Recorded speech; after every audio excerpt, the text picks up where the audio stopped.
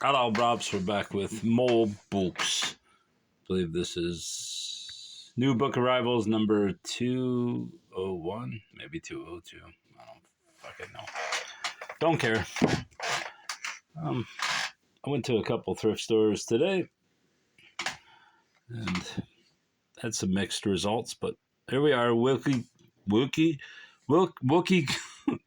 Collins, The Woman in White. I have about 4 or 5 copies of this one, but there is a kid at work who likes Penguin classics, so I may give it to him since I have literally 5 or 6 copies of the book. Maybe he'll read something that's actually good for once. But it does have a preface, so maybe I shouldn't give it to him. We'll see. Wilkie Collins is one of those great writers that no one really knows about anymore. Marjorie McAvoy is not one of those writers, but this is a great looking title. Brazilian Stardust. The serpents lurking in the Eden of the Brazilian estancia singled out Jill as their next victim. She is quite hot. Sinister Mather's secret. What was the mystery that enveloped the master of chantries? When Jill took up residence in the house on the moor, a place of shadows, she could not guess how sinister a secret was hidden behind his cold facade. In spite of her fear of the place and its master, pity for a sick woman and the defenseless child kept her there for a time and then sent her off to Brazil into a strange exotic world of suspicion, danger, and quick blooming romantic love for Brett and exciting fucking Brazilians are named Brett. Sidney Omar's Libra 2012 Day by Day Astrological Guide. In really good shape. Probably not worth very much, but I have several of the Sidney Omar volumes from over the years. And for 50 cents, you couldn't go wrong. You could go wrong, but I couldn't. Sidney, there you go, buddy.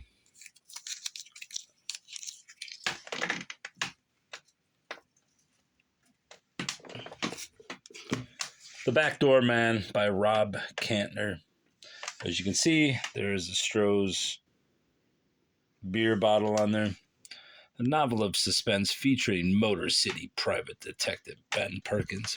I've actually been looking for this guy's books for some years, because I believe there was one of them that had some passages which included the Eloise, either to the cemetery or the asylum, but I finally found one of his books out in the wild. Could have bought them on eBay, but I ain't paying $5 a piece for something I'll never read or whatever. So there's that. Behold a Pale Horse by William Cooper. It was kind of ironic that I found this book of all days, on all days, as election day.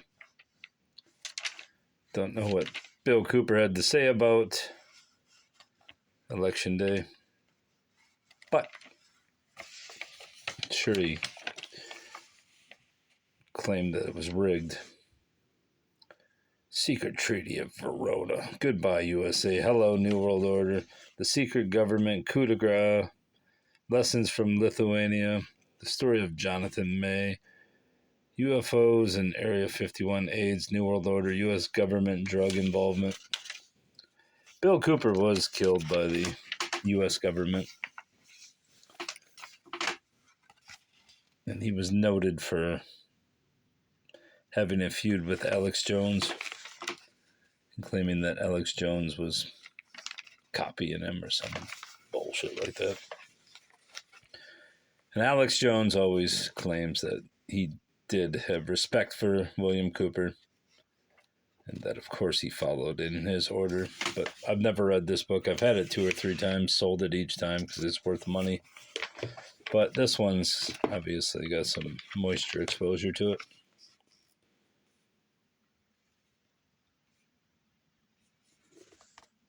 As you can see, but I will keep it this time for myself. Cosmic Trigger, The Final Secret of the Illuminati by Robert Anton Wilson. I've told the story before, but one time I was in the Salvation Army picking up books, and some guy told he gave me some piece of paper. He's like, you check out Robert Anton Wilson's website. I think Robert Anton Wilson is dead, but and he gave me like a whole thing. I have it somewhere. I don't know why I guess I do know why he singled me out, because I'm insane too. But he told me, I can't remember exactly what he told me. I have it written down somewhere, but it's rather interesting. So ever since, I've always collected Robert Anton Wilson books.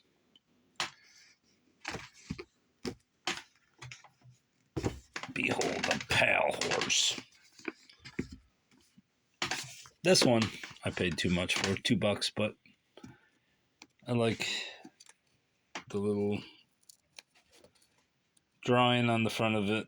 The Supernatural Short Stories of Robert Louis Stevenson. I believe I just picked up one of his short stories in like a Dover edition or something. One of those Supernaturals.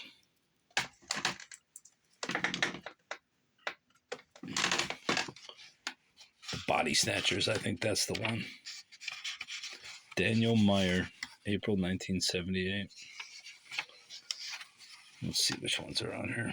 The Body Snatchers, Thrawn, Janet, Markheim, Olala, The Bottle Imp, The Waif Woman, The Isle of Voices, Glossary to Thrawn, Janet, 219. I've never read any Robert Louis Stevenson. Probably should at some point, since I have several of his books. Bruce Catton, Waiting for the Morning Train. You might remember I had a paperback copy that I purchased last week. This one I saw, passed it up because it's not worth very much. But Bruce Catton is the famed Civil War writer, but this is from his time growing up in Michigan. As you can see, the sticker is pink, so it was half off, so that's why I got it. Ditto with why I got The World of Jeeves. The World of Jeeves. This book, likewise, isn't worth very much, but since I have a small collection of Jeeves, Wodehouse, PG, Wodehouse books, I don't know what's in there. The World of Jeeves contains all of Wodehouse's short stories featuring Jeeves and Bertie. 34 glorious tales of the high life in London and the English countryside in the 1920s. This one I got off of Thrift Books. It was the book I purchased with my store credit of, I think it was. Yeah, I believe it was. Maybe it wasn't. No, I thought I got some other book. Not sure why I bought this. Yeah, I think it is my store credit book. So yeah, I have a paperback copy of this, and it's a rather interesting book. I think I have 2 paperback copies of this, actually. But it's a good book. I happened to find... Where did I find this? Somewhere. Don't remember, but now I have a hardcover to go with the softcover.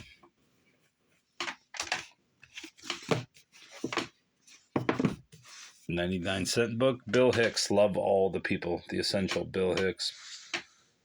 I don't know if this is post-death or... I assume it's post-death. By the way, if anyone hears anything about kill yourself...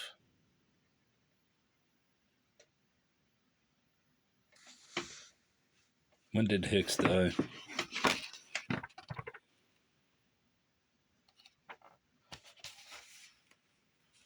Yeah, he did die already by this time. Died in 94. He was 32 years old. This is 2004, so 10 years after his death. Does look like Alex Jones, too. Wilmington's Lie. Another 99-cent book, after half off. The Murderous Coup of 1898 and the Rise of White Supremacy. Not sure where the coup was. Maybe Wilmington, Vermont? I don't know. Let's see what it says on the inside. By the 1890s, Wilmington was North Carolina's largest city. Okay, there we go. A shining example of a mixed-race community. It was a bustling port city with a burgeoning African-American middle class and a fusionist government of Republicans and populists that included black aldermen, police officers, and magistrates. There were successful black-owned businesses and an African-American newspaper, The Record. But across the state in the South, white supremacist Democrats were working to reverse the advances made by former slaves and their progeny. That is true. It's what Democrats do. Here is this book, 2020 by David Zacchino. Never heard of him. So yeah, never heard of that before, but now I've heard of it. Sister Soldier, Life After Death. I believe this is a novel. I also believe I'm going to sell it to Thrift Books. And it's a work of fiction. I'm going to sell it to Thrift Books since it's worth about $7, and since the book costs $5 to ship, I will just sell it for $2.50 to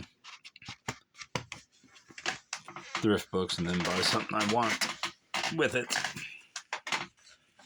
This is probably my favorite find of the day. Jane Slayre. Jane Slayre, the literary classic with a blood-sucking twist by Charlotte Bronte and Sherry Browning Irwin. That's brilliant.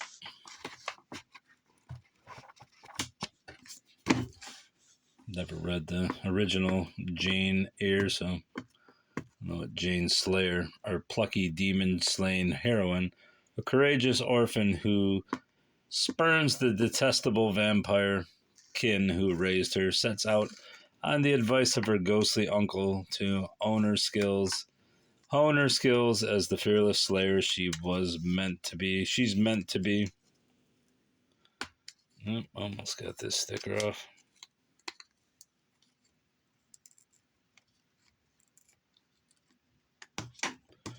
And of course the sticker does damage to the book. You son of a bitch. Not that the book's worth a lot. It's probably not worth anything, but it was worth the 99 cents I paid. Stickers, I hate them. Hate all those stickers. That's why I like the Salvation Army. You get a book like this, Land Too Good for Indians, Northern Indian Removal by John P. Bowes. Nice hardcover. Don't know if it's worth anything. I don't know what they mean by the North either. Could be Detroit area. That would be nice for us. Not the Great Lakes. We'll see. Francis Godfrey. Potawatomi. Couple. Logansport. Indiana. So yeah, it's somewhat. Yeah, Michigan territory. So it is relevant to Michigan, which is nice. And now I can put this in my Michigan books, I guess.